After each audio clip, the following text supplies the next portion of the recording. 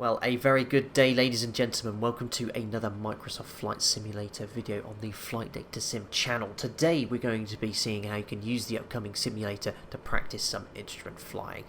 Now, we're in the Default Cessna Caravan for this flight today. We're currently on the island of La Gomorra in the Canary Islands. We'll be doing a very short 40-mile flight to the island of Tenerife. Now, as you can see outside, it's absolutely raining cats and dogs. It's the perfect conditions for instrument flying today. And we're going to be taking off from the easterly runway shortly, runway 09 in La Gomorra. We're then making a left turn after departure to intercept the Comba 4 Gulf arrival, followed by a DME ARE onto ILS at Zulu 07. Now, this is quite a fancy pants looking aircraft. I'm going to refrain from using any of the fancy procedural arrival systems and using GPS. Where possible, I will use conventional navigation. Right, anyway, I'll get ourselves entered onto the runway, backtrack for runway 09, enjoy the external views, and I'll meet you just prior to departure where we can talk about the rest of the flight.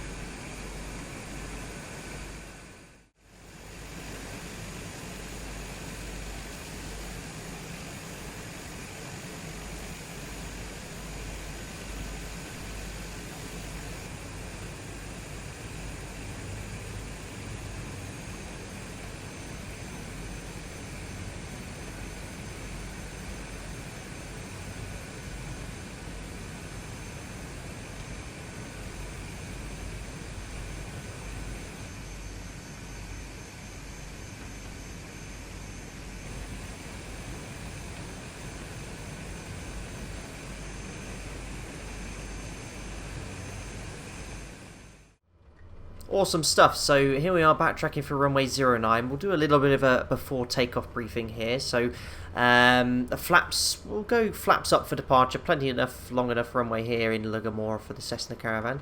Departure, as I mentioned earlier, it's going to be runway 09. We're going to climb straight ahead 6,000 feet. We'll make a climbing left turn onto a heading of 040 degrees to intercept that 128 inbound on the 308 radial from Tenerife on the Comba 4 Gulf.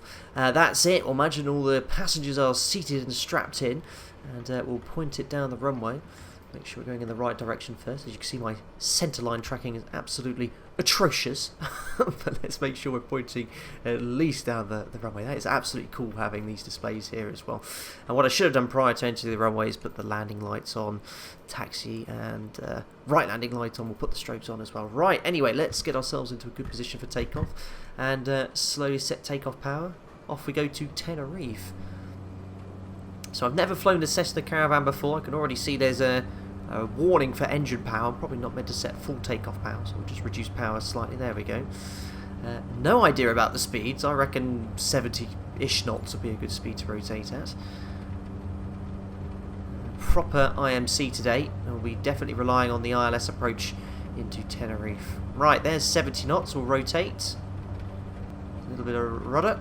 Oh, Sim's had a little bit of a glitch there. So yeah, it's not always perfect, but that's why we've kind of been beta testing as well, but we'll ignore that. Right, anyway, let's pitch up to 70 knots, and we really need to rely on our instruments now. We can't really look outside, and we'll just maintain runway heading. Make sure you don't make that left turn towards high terrain, and I don't know what the best climb speed is. Let's pitch for around 90 knots or so, so we'll keep pitching up and hold it around there.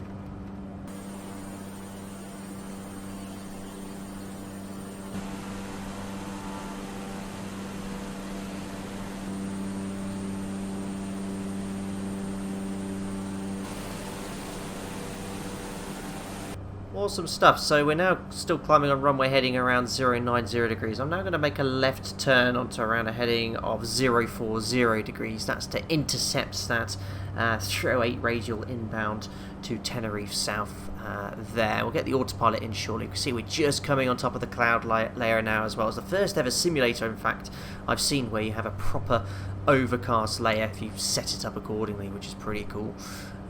There's around 040 degrees. Now, it is about a 90-degree incept. It's a little bit steep. You can already see we have identified Tenerife as well. And as we get closer, you'll see this radial come in, and then we'll make a little bit more of a right turn so it's not such a sharp intercept here. Now, Do bear with me, I've never actually flown this aircraft. How on earth do I get the automation in? So I reckon 6,000 feet's all set here. Let's match the heading bug first. I've had a little bit of a play with this aircraft, so let's select some modes first. Let's go heading select. We'll turn on vertical speed. Make sure we're climbing at around, what are we doing, around 1,000 feet per minute. And I think if we just push the autopilot on, there we go, I think we're in business. Superb. Looks like the autopilot's nicely engaged. We'll continue climbing up to 6,000 feet at around 90 knots.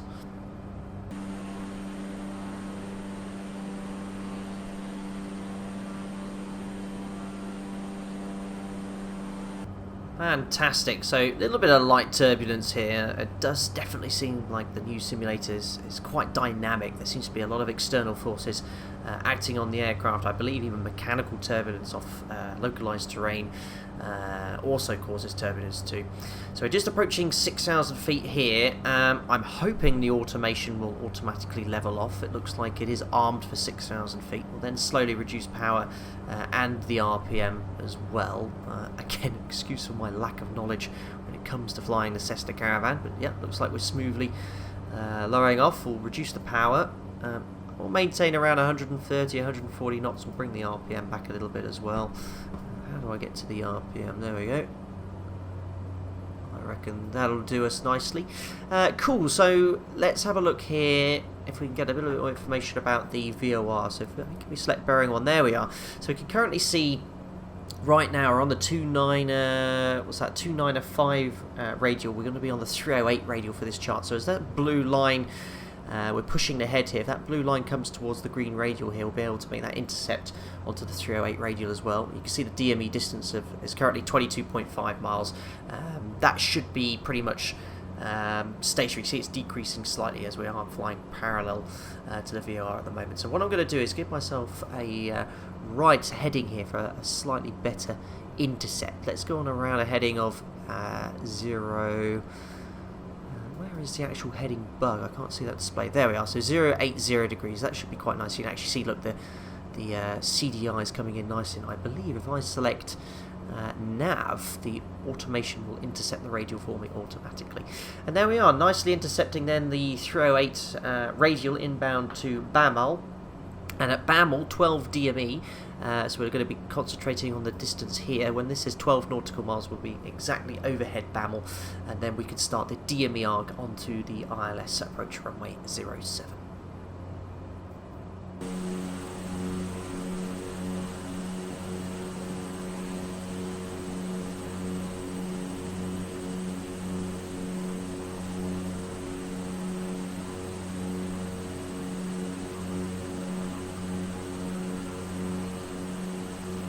Superb. So if we have a quick look at the chart now, we're established on the 308 radial inbound to Tenerife South. We're now waiting for Bamel, which will be 12 miles from Tenerife. Once we're at Bamel, we can start the 10 mile DME arc to intercept the localizer approach there. Now, a nice rule of thumb is it's a 10-mile arc. If you take your indicated airspeed, take 10% of that. So 147 knots, let's just call that 1.5 for everything. We want to intercept a 10-mile arc. If we start the turn 1.5 miles away from 10 miles, so when that says 11.5, by the time we make that 90-degree turn, we should be nicely at 10 miles. Again, looking at the chart here, you can see we need to maintain 6,000 feet. Once we're established on the arc, we can then safely descend to 2,600 feet. Now, just to show you how accurate conventional navigation can be, we have another 2.4 miles to run. I was testing this earlier. If you decrease the range here, there you are. You can see there is the Bamel waypoint saved on the database there. Right, now let's preset the altitude of 2,600 feet in anticipation for the descent. We've pretty much covered everything for the approach briefing. The only thing I need to set, I think, is the minimums for this approach. We're going to base that off a 3.0% missed approach climb gradient for a category, well actually I guess this is a category A aircraft, so I'll set minimums of 415 feet, which I think I could do here. Anyway, right, approaching 12.8 miles. Remember, 12 miles is Bamel. There we are. So getting pretty close there. We just need to make sure that we set the heading up for our initial turn. So our initial inbound course at the moment is 128. If you take 90 degrees from that, would be a great initial turn. So we're heading around 218 degrees for us initially. So we'll preset that here. Then we've just passed the waypoint Bamel. There's 218. We're now 1.5 miles away from the 10 mile point. So now if we push heading select, which is here, we should nicely intercept the 10 mile arc by the time we're on our established heading. Now whilst that's going on, I need to now tune I don't want to tune the ILS just yet. I want to change the course here to the runway QDM, which is 074 degrees. So we'll set this to 074. There we go. And we can now descend to 2,600 feet, so I'm going to do this using vertical speed. So we'll select vertical speed, and let's do around 1,000 feet per minute, slowly reducing that power to maintain around 140 knots or so. There we are. So what's our range? So 10.4. I'm a little bit far out, so I need to turn inside of the circle here. So I'm just going to turn our heading around, should do around 10 degree increments, but I'm going to go straight onto a heading of 190. Once the head is above 90 degrees, we should get a little bit closer to the VOR, a little bit outside there. So that rule of thumb I gave you, it's not bad, it's very rough, but you can see now I'm turning inside of the circle. That range will decrease now to 10 miles. And we need to keep going round until, if we look at the chart here, we intercept the 265 radial. So once this blue needle's on the tail of this needle's on 265, we can make our turn on to final. So looking much better now. Look, 10.1 miles. I'm even impressed myself with how accurately I'm flying this. It's been around 9 years since I've flown a DME ARE conventionally. We can now make another 10 degree turn to the left. So let's go on to a heading of 180 degrees. Oops, that's the altitude selector. There we are.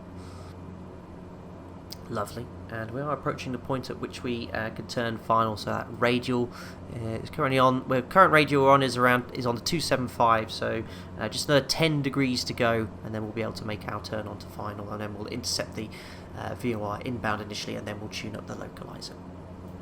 So there's 1,000 feet to go. Here comes the 265 radial. The tail of that is coming up there. We will level off at 2,600 feet, which is the platform, until we intercept the ILS at around 10 miles or so.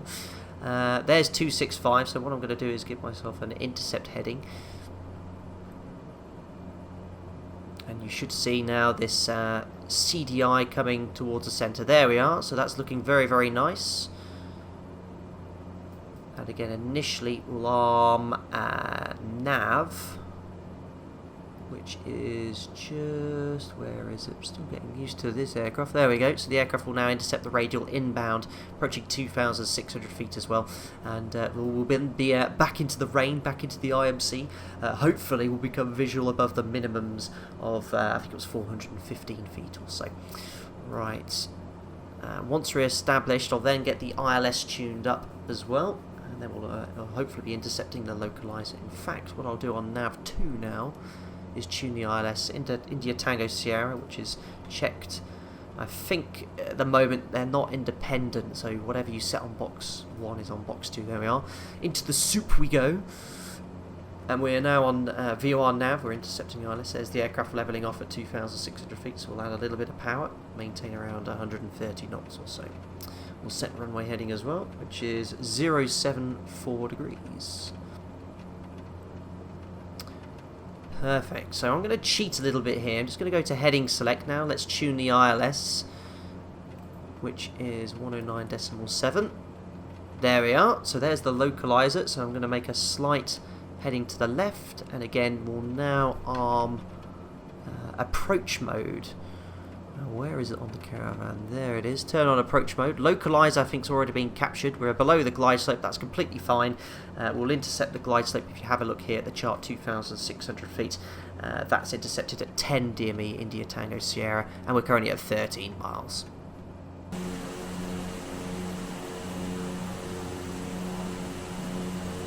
So they are now looking a little bit closely into the PFD. You can see the glide slope is alive. I absolutely love these displays. You can see the terrain in the background here with the runway ahead as well. And fingers crossed, I hope it should intercept the approach automatically. Here we go. everything's so much slower in this aircraft compared to the 7th Dream. Just got to be very patient.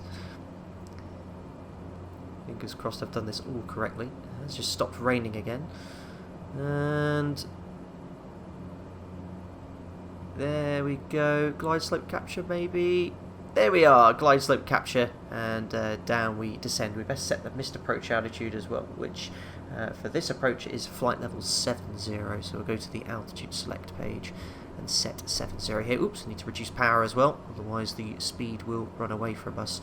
Actually, I'll go idle now and select the RPM to full. There we go. And then we'll start selecting flaps once we get to around 4 or 5 miles or so. We're at 6.5 miles now.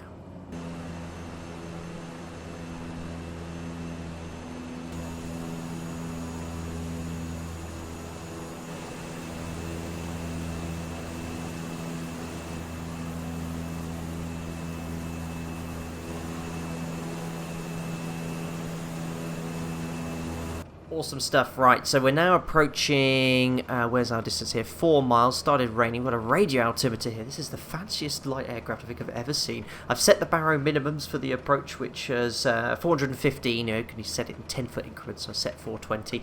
So now we'll start extending flaps. So we'll go flaps to 1 now. I have no idea what the final approach speed is on this aircraft.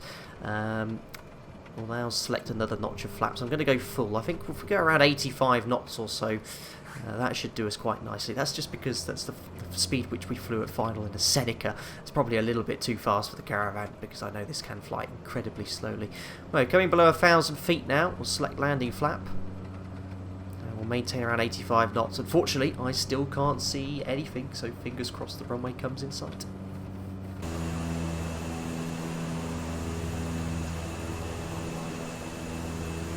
Right, well, we're getting very close to the ground here and approaching minimums as well, which is 420 feet. I have absolutely no idea where the runway is. I hope I don't have to go around on my first ever approach practicing here.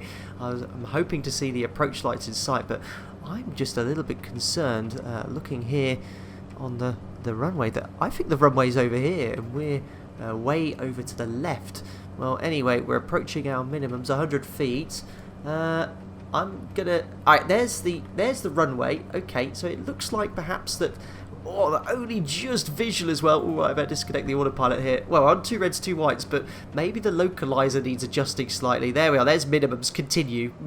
Might have to explain that one to the chief pilot, but it would seem the localizer needs realigning. Interesting. Right, here's runway 07 again. Speed's a tad low. Let's at least hope that we can butter this into Tenerife today. 4 reds. Cut the power now in the Caravan.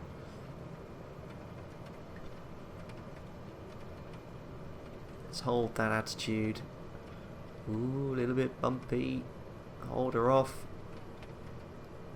Come on. Where are you? There we are, we're touchdown. Right. Oh my goodness, we're so light and so small that we can easily make the first exit here on the left.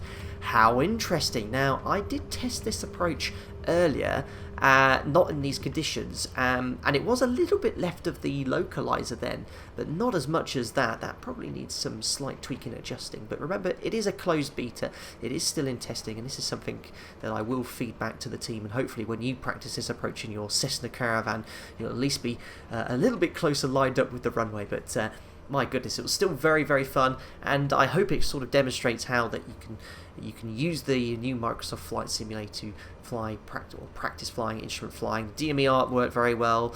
The ILS worked well, apart from the fact it was slightly left of centerline, but certainly you can navigate en route using VORs very accurately.